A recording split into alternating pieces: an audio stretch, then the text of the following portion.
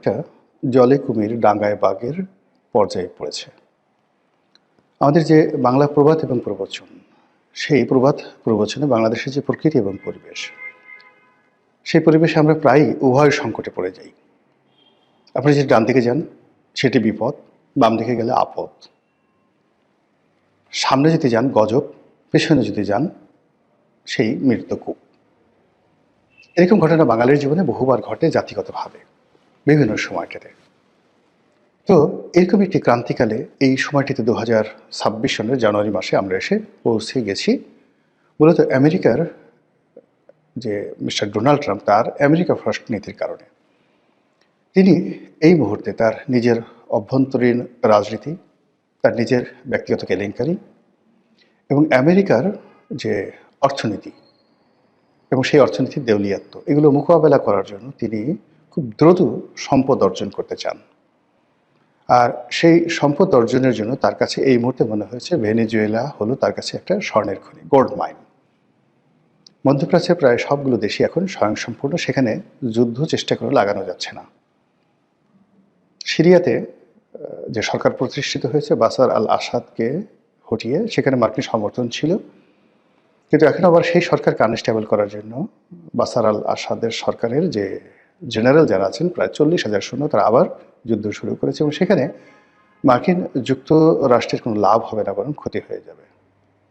ইয়ামেনে যে যুদ্ধটি, প্রক্সি যুদ্ধটি তারা শুরু করেছিল, সেই যুদ্ধ থেকে তারা সরে এসেছে, কিন্তু এখন সেই যুদ্ধ মধ্যপ্রাচ্যের যে বর্তমান রাজনীতি, সেই রাজনীতির কারণে আবার নতুন করে ইয়ামেনে সেই যুদ্ধটা শুরু হয়েছে। মার্কিন যুক্তরাষ্ট্র যে গ্রুপটিকে সমর্থন দিতেন, সেই গ্রুপটিকে এখন সংযুক্ত আরব আমিরাত লুফে নিয়েছে। আর সংযুক্ত আরব আমিরাতের সাথে রিয়াদের অর্থাৎ সৌদি আরবের যে দীর্ঘকালীন মিত্রতা ছিল, সেই মিত্রতাটা এখন আবার অহিনকুল সম্পর্কে পরিণত হয়েছে। আমেরিকা চলে আসার পরেও ইয়েমেনের যুদ্ধ থামছে না। তারা ইরানের বিরুদ্ধে একটা খুব শক্তিশালী কিছু করতে চাচ্ছে এবং সেটা ইসরায়েলকে দিয়ে। কিন্তু এখন মধ্যপ্রাচ্যের যে একটা স্টেবল অবস্থা, এখানে আইএস নেই, এখানে বাশার আল আসাদ নেই, এখানে হুতি নেই। তো সেই অবস্থাতে এখন যিনি ইসরায়েলের প্রধানমন্ত্রী রয়েছেন মিস্টার নেতানিয়াহু, তিনি কোনো উপলক্ষ পাচ্ছেন না ইরানকে নিয়ে কোনো কিছু করার জন্য। এর ফলে কী হলো, ইরানের অভ্যন্তরীণ বিষয়ে হস্তক্ষেপ করা ছাড়া ইরানের সঙ্গে সরাসরি যুদ্ধ করা বা প্রক্সি যুদ্ধ চালানোর মতো কোনো উপলক্ষ আমেরিকা পাচ্ছে না। এবং সেটা আজকের এই যখন ভিডিওটি করছি, তখন 1950 সাল এবং 1979 সালের মতো প্রায় একই অবস্থা তেহরানে হচ্ছে। দ্বিতীয় বিশ্বযুদ্ধের আগে এবং প্রথম মহাযুদ্ধের পরে জার্মানির যে অবস্থা হয়েছিল এবং যেভাবে হিটলারের উত্থান হয়েছিল এবং যেখানে জার্মান মুদ্রার পতন হয়েছিল, ঠিক একইভাবে ইরানের যে রুপি বা ইরানের যে মুদ্রা, সেই মুদ্রার দরপতন ঘটেছে। মানুষ হাহাকার করছে এবং মানুষের রীতিমতো জীবন জীবিকায় টান পড়েছে। ফলে তারা ইসলামিক রেভলিউশনের বাইরে গিয়ে নতুন একটি বিধি ব্যবস্থার জন্য রাস্তায় নেমেছে, যদিও তারা সবাই আমেরিকা বিরোধী। এবং তারা যারা এখন বিদ্রোহ করছে, তারা অস্ত্র হাতে, যেটা ইরানিয়ান যে বিপ্লবী বাহিনী, তাদের বিরুদ্ধে যুদ্ধ করছে। সবাই বলার চেষ্টা করছে আমেরিকার মদত আছে, অবশ্যই আমেরিকার মদত আছে, কিন্তু বাস্তব সমস্যা সেখানে আছে।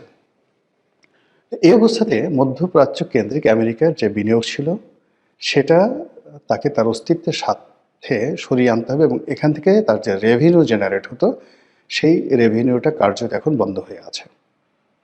ফলে তাকে যদি বাঁচতে হয়, অবশ্যই ভেনেজুয়েলার 21 ট্রিলিয়ন ডলারের সমমূল্যের তেল লাগবে। এরকম মানে আপনি যখন কোনো একটা রাক্ষস তৈরি করবেন, হাতি পুষবেন, তাকে তো খাবার দিতে হবে। এখন আমেরিকার যে সোসাইটি, দ্য প্লিস্টিক সোসাইটি, এবং তারা যে রাষ্ট্রের ব্যয় যে পর্যায়ে নিয়ে গেছে, সেখানে তাদের প্রচুর অর্থ লাগবে। যুদ্ধ হোক, সারা পৃথিবীকে মেরে কেটে তছনছ করে হোক, তাদের সেই জিনিসটি লাগবে এবং সেই যুদ্ধ তারা শুরু করে দিয়েছে এখন ভেনেজুয়েলাতে। এরপরে তারা যুদ্ধ করতে চাচ্ছে একদম ইউরোপের সঙ্গে, তারপরে তারা যুদ্ধ করতে যাচ্ছে ভারতের সঙ্গে। এখন আমাদের জন্য যে সমস্যাটা হলো, আমেরিকার বন্ধু হতে হবে অথবা ভারতের বন্ধু হতে হবে। যদি আমেরিকার বন্ধু হই তাহলে ভারতের শত্রু হতে হবে এই মুহূর্তে। এটি বিপদ যদি ডানে যান। আর অন্যদিকে যদি ভারতের বন্ধু হন তাহলে আমেরিকার শত্রু হতে হবে। এবং এখানে গত 17 মাসে আমেরিকা যেভাবে আইএসআইয়ের মাধ্যমে, পাকিস্তানের মাধ্যমে তাদের বিভিন্ন স্তরে যে একটা অটো ম্যানেজমেন্ট তারা গড়ে তুলেছে, যেটি স্বাধীনতার পরে আমেরিকা এটা পারেনি, ভারতও পারেনি। তারা কিন্তু গত 17 মাসে এটা করে ফেলেছে। এখন আমেরিকা এবং পাকিস্তান ইচ্ছে করলেই বাংলাদেশে তাদের যে কোনো একটি গোয়েন্দা নেটওয়ার্ক দিয়ে ভেনেজুয়েলার মতো একটা কাণ্ড এখানে ঘটাতে পারে। অন্যদিকে দিল্লি কিন্তু বসেছিল না। তারা গত 15 বছরে যেভাবে চোখ বুজে শেখ হাসিনার উপর নির্ভর করে তাদের অনেক কার্যক্রম তারা বন্ধ রেখেছিল, অনেক ব্যাপারে ঢিলেমি দিয়েছিল। এ কারণ হলো হুকুম দিলেই হয়ে যায়, সেখানে তো তাদের নিজেদের কোনো বিনিয়োগ করার দরকার পড়ে না। সেই কাজগুলো দিল্লি করার পরে যখন তাদের পুরো পররাষ্ট্রনীতি, কূটনীতি, তাদের যে গোয়েন্দা তৎপরতা বাংলাদেশকে ঘিরে সব কিছু মুখ থুবড়ে পড়ে যায় 2024 সালের আগস্ট মাসে। এর ফলে কি হলো, দিল্লিতে তোলপাড় শুরু হয়ে যায়। নরেন্দ্র মোদী সরকার, তার পররাষ্ট্র বিভাগ, তার সামরিক বিভাগ, বেসামরিক বিভাগ, সীমান্ত বাণিজ্য, সীমান্ত নিরাপত্তা সব মিলিয়ে তছনছ অবস্থা। তো সেখান থেকে তারা বাংলাদেশকে ভয় দেখিয়ে, তাপ দেখিয়ে, চাপ দিয়ে যে সম্পর্কটি স্থাপন করার চেষ্টা করেছিল সেটা আসলে হয়ে ওঠেনি। আবার ডক্টর মোহাম্মদ ইউনূস সরকার প্রথম দিকে ভারত বিরোধিতা করেছে, পরবর্তীতে যখন ভারতের বন্ধু হতে চেয়েছে তখন আবার ভারত ঘাড় বাঁকা করেছে। আর এখন এমন একটা অবস্থা হয়ে গেছে অ্যাট দিস মোমেন্ট 2026 সালের জানুয়ারি মাসে আমেরিকা এবং ভারত তাদের সর্বোচ্চ আকর্ষণ দিয়ে, এটাকে আপনি গ্র্যাভিটি বলতে পারেন বা মহাকর্ষণ শক্তি বলতে পারেন, এটা দিয়ে এখন বাংলাদেশকে টানবে তাদের পক্ষে। এবং সেই পক্ষে টানার জন্য যত রকম অনার সৃষ্টি তাদের করা দরকার, যেটি উভয় দেশই এই ব্যাপারে কিন্তু যথেষ্ট পটু। ভারত তাদের প্রতিবেশীর উপরে নানা সময় প্রভাব বিস্তার করতে গিয়ে সে সকল দেশে যুদ্ধ লাগিয়ে দিয়েছে। যেমন ধরুন নেপালে, শ্রীলঙ্কাতে। এবং শ্রীলঙ্কাতে তারা সৈন্য পাঠানোর ফলে সেখানে যে তামিলনাড়ুতে বা তাদের যে ভারতের তামিলনাড়ুতে এবং শ্রীলঙ্কার যারা তামিল জনগোষ্ঠী, সেখানে যে বিক্ষোভ এবং বিদ্রোহ শুরু হয়েছিল, তার কারণে রাজীব গান্ধীকে প্রাণ দিতে হয়েছিল এবং শ্রীলঙ্কার একজন প্রেসিডেন্টকেও কিন্তু মরতে হয়েছিল। তো কাজেই ভারত ঝুঁকি নিতে জানে। তারা যেভাবে কাশ্মীর সমস্যার সমাধান করেছে বা চেষ্টা করে চলেছে, যেভাবে কাশ্মীরে দমন পীড়ন তারা চালাচ্ছে, এটি চীন, আমরা চীনের উইঘরে যে মুসলিম সম্প্রদায় রয়েছে তাদের উপর চীনের কর্তৃত্ববাদী সরকারের বা একনায়ক সরকারের যে দমন পীড়ন, এটি নিয়ে সারা দুনিয়াতে বিভিন্ন তর্ক বিতর্ক হয়।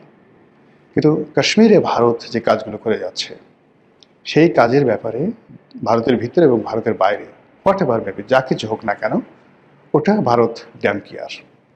ভারত এই যে কিছুদিন আগে সেখানে যে সামরিক অভিযান চালিয়েছিল, যেখানে প্রায় 8 লাখ সৈন্য, কল্পনা করতে পারেন 8 লাখ ভারতীয় সৈন্য সেখানে কাশ্মীরে তারা মোতায়েন করেছিল। তো এরকম তারা যখন সিকিম দখল করেছিল, হায়দ্রাবাদের নিজামকে তারা ক্ষমতাচ্যুত করেছিল, তারা যে সময়টাতে পাকিস্তানের সাথে যুদ্ধ করেছিল, একটি বারের জন্য কিন্তু তারা নীতি নৈতিকতা বা সারা দুনিয়া কি বলল তারা চিন্তা করেনি। এমনকি 1971 সনে যখন বাংলাদেশে তারা অপারেশন চালালো, পাকিস্তানের সঙ্গে যুদ্ধ বাঁধিয়ে দিল এবং যেভাবে বাংলাদেশের মুক্তিযুদ্ধে তারা প্রথমে লজিস্টিক সাপোর্ট দিল, তারপরে সমর্থন দিল, এরপরে স্বীকৃতি দিল, এরপর নিজেরা সরাসরি যুদ্ধে জড়িয়ে পড়ল। আপনি এরকম দ্বিতীয় কোনো রাষ্ট্র গত 70 বছরে পৃথিবীতে ফর্ম হয়েছে যারা যুদ্ধ করতে গিয়ে একটা মিনিট চিন্তা করে না, এরকম একটা রাষ্ট্র ভারত। তো আমেরিকা সেই তুলনায় রাশিয়া কিন্তু বা মিস্টার পুতিন অনেকটা লিবারেল, অনেকটা লিবারেল। তো আমরা এখন সেই যে আমেরিকা এবং ভারত এই দুটো রাষ্ট্রের যে জাতাকল, সেই জাতাকলের মধ্যে পড়ে রীতিমতো যারা বুঝতে পারছেন তারা কাতরাচ্ছেন, আর যারা বুঝতে পারছেন না তারা বেকুবের মতো হা করে তাকিয়ে আছেন। আর এই সময়টিতে একটা দেশের অর্থনীতি যেরকম থাকা দরকার, রাজনীতি যেরকম থাকা দরকার, এরকম একটা পরিস্থিতিতে ন্যূনতম একটা স্ট্যান্ডার্ড থাকলে এগুলো মোকাবেলা করা যায়। যেমন ধরুন, একজন প্রেসিডেন্টকে ধরে নিয়ে যাওয়া হয়েছে, কিন্তু ভেনেজুয়েলার প্রশাসন ভেঙে পড়েনি।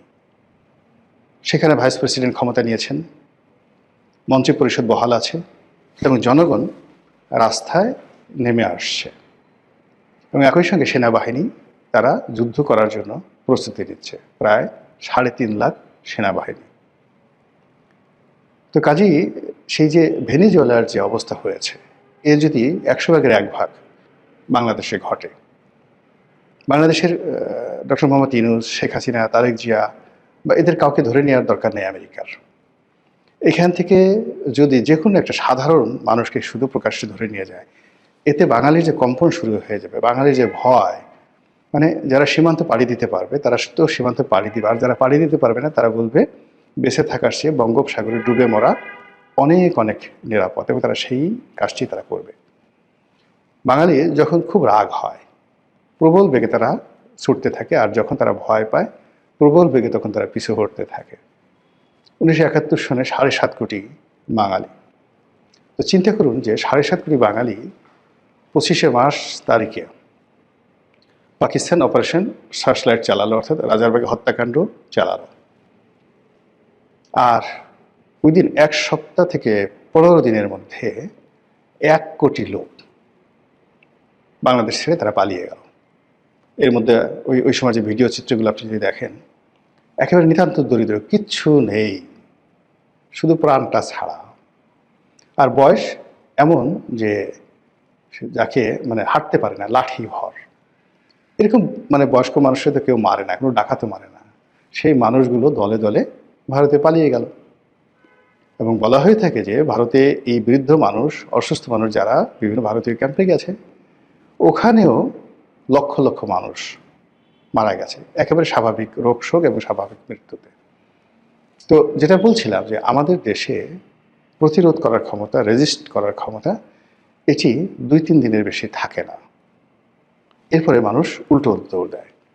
তো সেই ক্ষেত্রে ভারত অথবা আমেরিকা তারা যদি মানে আমাদের জন্য নয়, তারা হলো তাদের নিজেদের স্বার্থ দ্বন্দ্ব সংঘাতের কারণে পরস্পরের বিরুদ্ধে তারা ঝাঁপিয়ে পড়বে, এবং সেই কাজটি যদি তারা করে এবং তার রেশ যদি বাংলাদেশে পড়ে, আর আমাদের 7 সিস্টার্স, ভারতের যে 7 সিস্টার্স আমাদের চারিদিকে যারা আছে তারা, এবং এখানে রোহিঙ্গাদের আবাসভূমি আরাকান অঞ্চল, সেই আরাকান অঞ্চল, এরা যদি রিয়্যাক্ট করে, একই সঙ্গে আওয়ামী লীগের যে সমস্ত লোকজন তারা ওত পেতে আছে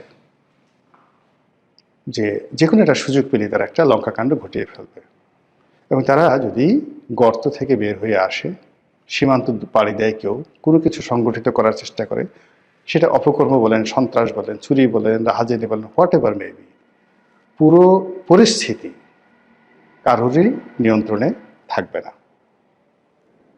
আল্লাহ ভালো জানেন আমাদের ভাগ্যে কি আছে। শুধু প্রার্থনা, নিরন্তর তিনি আমাদেরকে তার অপার মহিমা এবং করুণার মধ্যে তিনি রাখুন, তার রহমতের চাদর দ্বারা আমাদেরকে আচ্ছাদিত করে রাখুন। তার রহমত এবং বরকত ছাড়া আমাদের আসলে আর কোনো ভরসা নেই।